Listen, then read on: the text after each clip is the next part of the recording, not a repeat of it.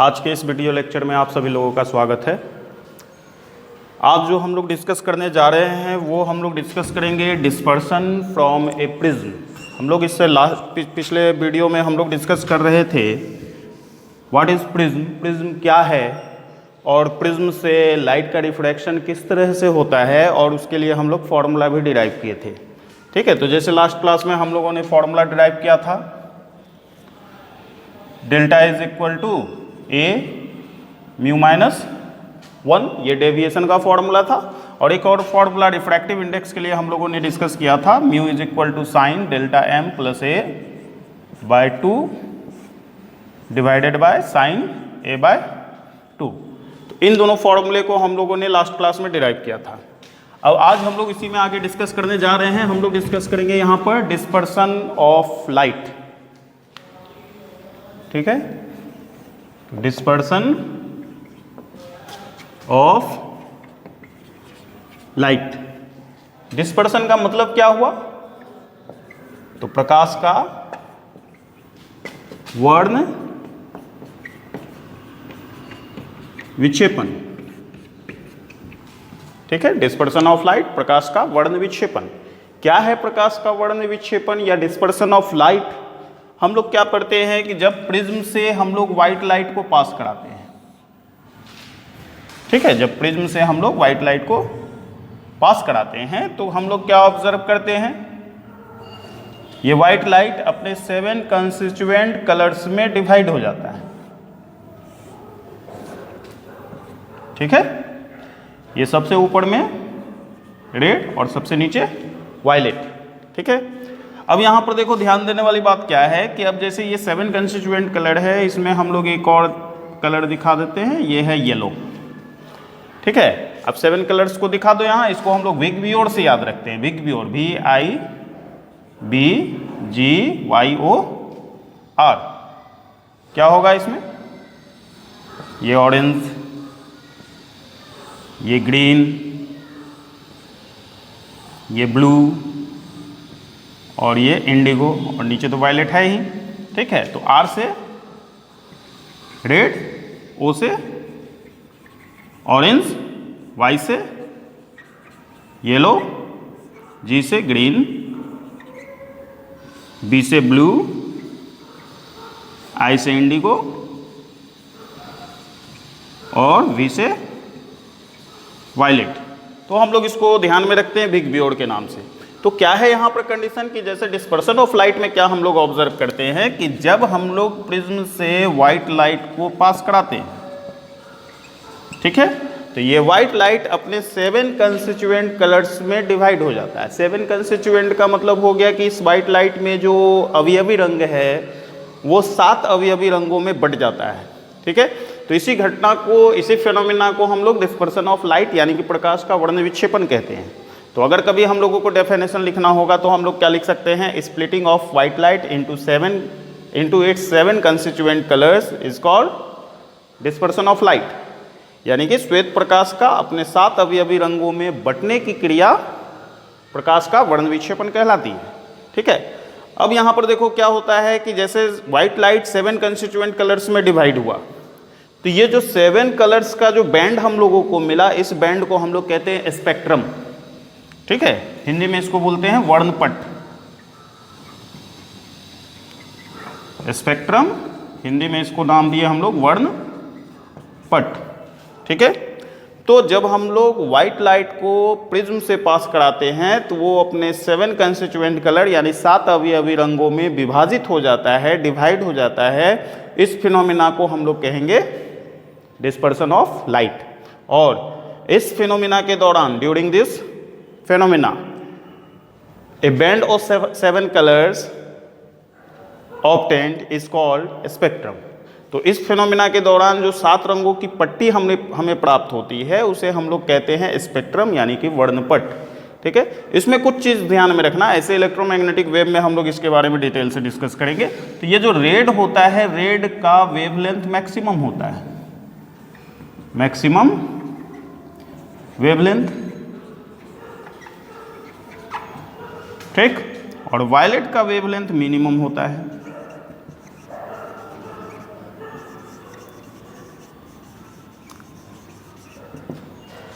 ठीक है। और एक बात यहाँ पर क्या ध्यान में रखेंगे कि अगर वेवलेंथ मैक्सिमम होगा तो फ्रीक्वेंसी मिनिमम होगा, और मिनिमम फ्रीक्वेंसी, और यहां पर वेवलेंथ मिनिमम है तो फ्रीक्वेंसी क्या होगा, मैक्सिमम, मैक्सिमम फ्रीक्वेंसी। तो ध्यान देने वाली बात यह है कि वेवलेंथ और फ्रीक्वेंसी दोनों एक दूसरे का रेसिप्रोकल होता है। रेसिप्रोकल होगा तो वेवलेंथ अगर इंक्रीज होगा तो फ्रीक्वेंसी डिक्रीज होगा, अगर वेवलेंथ डिक्रीज होगा तो फ्रीक्वेंसी इंक्रीज होगा। तो यहाँ पर ध्यान में हम लोग ये रखेंगे कि जैसे जैसे हम लोग रेड से मूव करेंगे वायलेट की ओर, है ना, रेड से वायलेट की ओर मूव करेंगे तो वेवलेंथ डिक्रीज होगा और फ्रीक्वेंसी इंक्रीज होगा। या हम लोग ये कह सकते हैं वायलेट से हम लोग रेड की तरफ मूव करेंगे तो वेवलेंथ इंक्रीज होगा और फ्रीक्वेंसी डिक्रीज होगा। तो ये ध्यान में रखना है, ठीक है।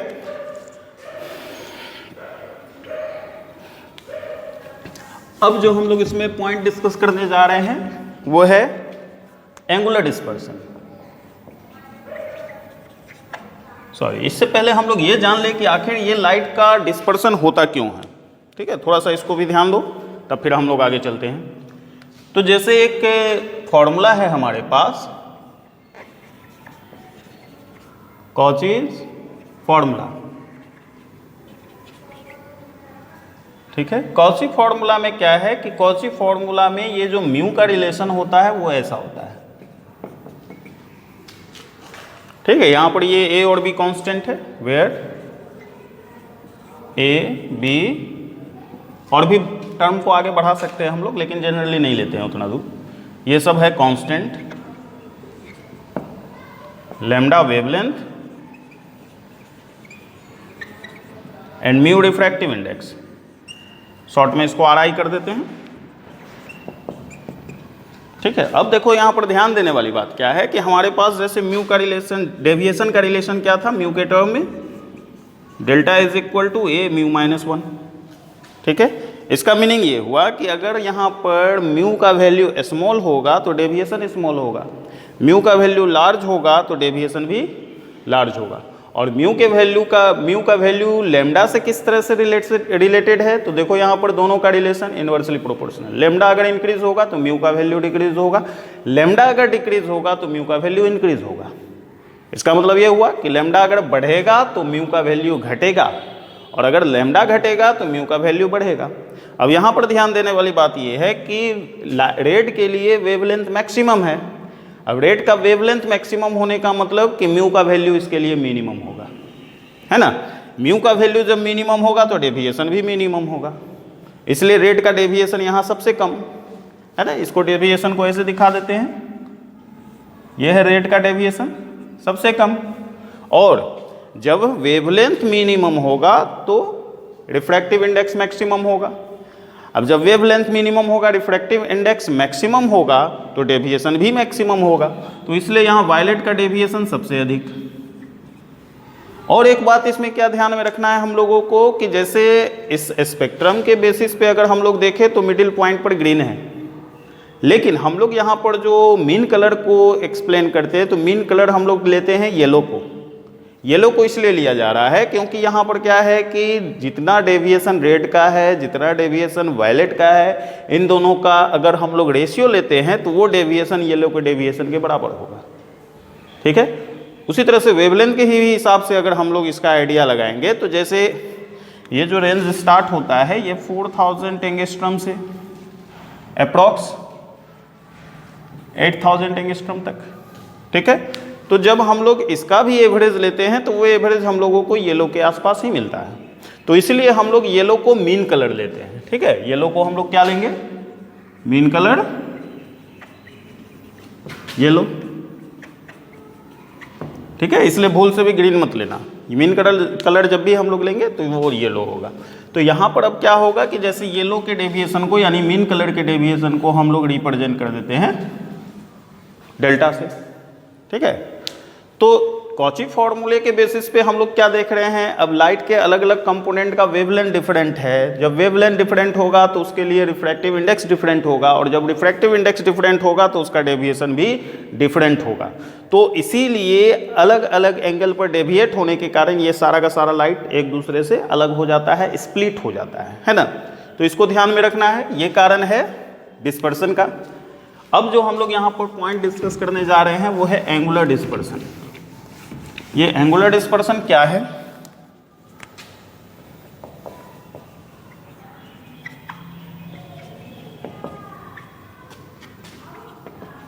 हम लोग इसको जनरली कैपिटल डी से रिप्रेजेंट कर दे रहे हैं। तो एंगुलर डिस्पर्सन हो गया कोणीय वर्ण विक्षेपण, ठीक है। अब ये कोणीय वर्ण विक्षेपण क्या है, तो जैसे इस फिगर में देखो तो इस फिगर में एक्सट्रीम कलर किसको हम लोग कहेंगे? एक्सट्रीम का मतलब हो गया सबसे बाहर। तो सबसे बाहर यहाँ कौन सा है? वायलेट और रेड। तो वायलेट और रेड सबसे बाहर है, तो इन दोनों कलर्स को हम लोग कहते हैं एक्सट्रीम कलर्स। अब अगर हम लोग इस एक्सट्रीम कलर्स के बीच का एंगुलर सेपरेशन कैलकुलेट करें, कैसे करेंगे? तो रेड को पीछे की तरफ एक्सटेंड कर दो, वायलेट को भी पीछे की तरफ एक्सटेंड कर दो, कहीं पर ये दोनों एक दूसरे को इंटरसेक्ट करेगा। तो जिस पॉइंट पर ये दोनों एक दूसरे को इंटरसेक्ट करेगा, यहाँ जो एंगल बनेगा इसी एंगल को हम लोग कहते हैं एंगुलर डिस्पर्सन, ठीक है। तो हम लोग क्या कहेंगे यहाँ पर? The angle between two extreme colours in spectrum, या विजुअल स्पेक्ट्रम भी हम लोग कह सकते हैं, जैसे इलेक्ट्रोमैग्नेटिक स्पेक्ट्रम भी होता है। तो यहाँ पर ये लाइट विजुअल है, हम लोग इसको देख सकते हैं। तो the angle between extreme colours of spectrum या visual spectrum is called angular dispersion, ठीक है। या हम लोग ये कह सकते हैं कि विजुअल स्पेक्ट्रम के दोनों बाहरी कलर के बीच के कोण को हम लोग कोणीय वर्ण विक्षेपण कहते हैं, ठीक है। अब ये कोणीय वर्ण विक्षेपण हम लोग कैसे डिटरमाइन कर सकते हैं? तो कोणीय वर्ण विक्षेपण डिटरमाइन करने के लिए हम लोग क्या करेंगे? वायलेट का डेविएशन डिटरमाइन करेंगे, फिर रेड का डेविएशन डिटरमाइन करेंगे, दोनों का डिफरेंस ले लेंगे, तो हम लोगों को मिलेगा कोणीय वर्ण विक्षेपण। क्या होगा यहाँ पर? If delta R deviation of red, delta V deviation of violet, then D is equal to, है ना, किसका वैल्यू ज़्यादा है?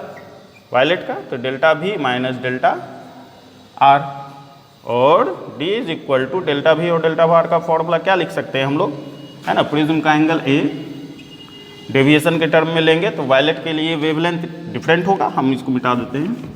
वायलेट के लिए वेवलेंथ हम लोग रिफ्रैक्टिव इंडेक्स हम लोग लेंगे म्यू भी -1, और रेड के लिए रिफ्रैक्टिव इंडेक्स हो गया म्यू आर, इसको लिखेंगे म्यू आर -1, और D is equal to A mu भी -1। देखो तो ब्रैकेट हटाएंगे तो क्या होगा? ये होगा माइनस, और ये माइनस माइनस प्लस, ये 1 कैंसिल। तो एंगुलर डिस्पर्सन का फॉर्मूला हो गया A mu V minus mu are, ठीक है। इस फॉर्मूले को अगर ध्यान से देखो तो क्या हम लोग ऑब्जर्व कर रहे हैं यहाँ पर कि ये जो एंगुलर डिस्पर्सन है ये प्रिज्म के मटेरियल पर डिपेंड कर रहा है, क्योंकि रिफ्रैक्टिव इंडेक्स मटेरियल किससे रिलेटेड क्वांटिटी है। तो ये प्रिज्म का ये एंगुलर डेविएशन डिस्पर्सन प्रिज्म के मटेरियल पर डिपेंड कर रहा है, और साथ ही साथ वो एंगल ऑफ प्रिज्म पर भी डिपेंड कर रहा है, ठीक है। प्रिज्म के मटेरियल को म्यू रिफ्रैक्टिव इंडेक्स के टर्म में रिप्रेजेंट किए, और ये एंगल ऑफ प्रिज्म। अब यहाँ ध्यान देने वाली बात ये है कि रिफ्रैक्टिव इंडेक्स का तो कोई यूनिट नहीं होता है। रिफ्रैक्टिव इंडेक्स का जब कोई यूनिट नहीं होता है तो यूनिट होगा सिर्फ किसका? ए का, एंगल ऑफ प्रिज्म का। तो इसीलिए एंगुलर डिस्पर्सन का ऐसा यूनिट क्या होगा? इसका ऐसा यूनिट हम लोग लेंगे रेडियन, है ना, ऐसा यूनिट इसका हम लोग लिखेंगे रेडियन, ठीक। और ये डिपेंड किस पर करेगा? तो प्रिज्म के मटेरियल पर और एंगल ऑफ प्रिज्म पर, ठीक। इसी से रिलेटेड एक और टॉपिक है हमारे पास, वो टॉपिक है डिस्पर्सिव पावर। ये डिस्पर्सिव पावर क्या है तो हम लोग उसको जरा सा यहाँ डिस्कस करें। डिस्पर्सिव पावर, इसको हम लोग जनरली ओमेगा से रिप्रेजेंट करते हैं। ये है वर्ण विक्षेपण क्षमता, ठीक है, डिस्पर्सिव पावर यानी वर्ण विक्षेपण क्षमता। क्या है ये डिस्पर्सिव पावर? तो डिस्पर्सिव पावर रेशियो है किसका? एंगुलर डिस्पर्सन का और मीन डेविएशन का। तो अगर हम लोगों से पूछा जाए व्हाट इज डिस्पर्सिव पावर, तो हम लोग क्या कहेंगे? The ratio of angular dispersion and mean deviation is called dispersive power, ठीक है। या ये भी कह सकते हैं the ratio of angular ratio of angular deviation per unit dispersive, ये per unit mean deviation is called dispersive power. यहाँ पर और एक चीज़ ध्यान में रखना है तुम लोगों को, क्या कि जैसे ये जो डेविएशन एंगुलर डिस्पर्सन हम लोग ले रहे हैं उसका यूनिट और मीन डेविएशन का यूनिट, दोनों का यूनिट सेम होगा। जब दोनों का यूनिट सेम होगा तो डिस्पर्सिव पावर का कोई भी यूनिट नहीं होगा। उसको हम लोग फॉर्मूला से अभी हम लोग डिस्कस करेंगे। तो डिस्पर्सिव पावर क्या होगा? कोणीय वर्ण विक्षेपण और मीन डेविएशन यानी कि औसत विचलन का अनुपात होगा, ठीक है। कोणीय वर्ण विक्षेपण और औसत विचलन के अनुपात को हम लोग डिस्पर्सिव पावर कहेंगे। या इसको ऐसे भी हम लोग कह सकते हैं power of prism to split white light into its 7 constituent, it call dispersive power. तो प्रिज्म क्या करता है? व्हाइट लाइट को उसके 7 अवयवी रंगों में बांटता है। तो प्रिज्म का ये जो पावर है, इसी पावर को हम लोग कहेंगे वर्ण विक्षेपण क्षमता, ठीक है। यानी कि प्रिज्म की वैसी शक्ति जिसके कारण वो श्वेत रंग को, ये श्वेत प्रकाश को 7 अवयवी रंगों में विभाजित करता है, उस प्रिज्म का वर्ण विक्षेपण क्षमता कहलाता है, ठीक है। तो इसको हम लोग कैसे लिखेंगे? Omega is equal to angular dispersion by mean deviation, ठीक है। और omega is equal to angular dispersion को हम लोग डी से रिप्रेजेंट किए और मीन डेविएशन को डेल्टा से। ऐसे भी लिख सकते हैं, वैल्यू पुट करेंगे हम लोग तो इसको ऐसे लिख सकते हैं डेल्टा आर, डेल्टा भी minus delta are divided by delta. और इसका और भी वैल्यू है, जैसे सॉल्व करके हम लोग इसको क्या निकाले थे? A mu V minus mu R divided by A mu minus 1, A और ए कैंसिल। तो क्या होगा यहाँ पर? W is equal to mu V minus mu R divided by mu minus 1, ठीक। तो ये हो गया डिस्पर्सिव पावर का फॉर्मूला। अब इसमें ज़रा सा तुम लोग खुद दिमाग लगाओ। डिस्पर्सिव पावर में एंगल से रिलेटेड कोई भी टर्म नहीं है, ठीक है। यहाँ पर सारा का सारा टर्म जो है वो रिफ्रैक्टिव इंडेक्स के ही टर्म में है। तो रिफ्रैक्टिव इंडेक्स है तो रिफ्रैक्टिव इंडेक्स का कोई यूनिट नहीं, तो ये ओमेगा अब क्या होगा? यूनिटलेस, ठीक है। तो ये क्वांटिटी कैसी है? यूनिटलेस, है ना। और ये डिपेंड किस पर करेगा? तो ये सिर्फ और सिर्फ प्रिज्म के मटेरियल पर डिपेंड करेगा, ठीक है। तो डिस्पर्सिव पावर जो प्रिज्म का होगा वो केवल प्रिज्म के मटेरियल पर डिपेंड करता है, इस बात को ध्यान में रखना है।